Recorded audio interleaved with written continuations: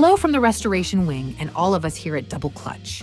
Today, the team is working to get a functioning transmission for the 1955 Buick Special.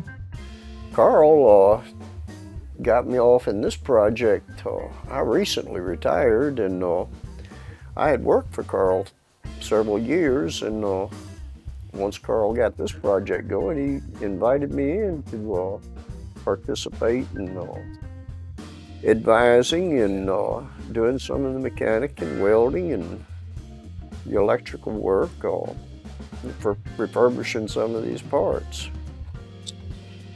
You know, I always like to clean these transmissions up before I take them apart. Yeah, I guess after the war, Buick didn't want to see the design go to waste, and they started putting them in the cars. As I recall, a Dynaflow was the very first transmission I ever pulled out of a car. Boy, I hadn't quite seen anything this dirty since I've been dealing with automatic transmissions since I was 13 years old. That's been many years ago. Me, you know.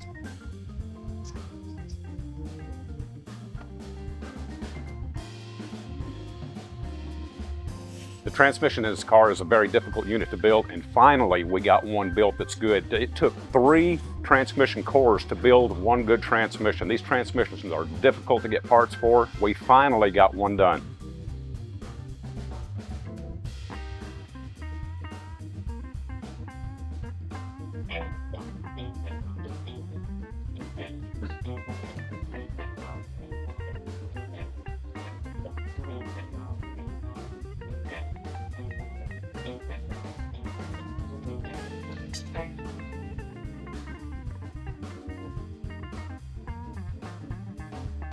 Well, this is yet the 3rd transmission that we've tore down.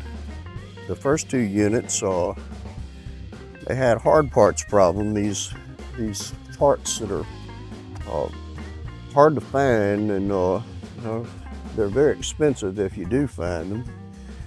And this 3rd unit that we tore down seemed to be a good unit. It does need attention, paper and rubber, and things that normally go bad that are not that expensive and fairly easy to find. We were kind of lucky that Scotty was kind enough to bring us a unit, and it happened to be a good one. What I'm doing now, I'm mocking the unit together to make sure I've got the right length transmission for the body and chassis that we're putting it in. Thanks for joining us on this restoration adventure. Be sure to subscribe if you haven't already, so you never miss a drop. We'll see you next time here on Double Clutch.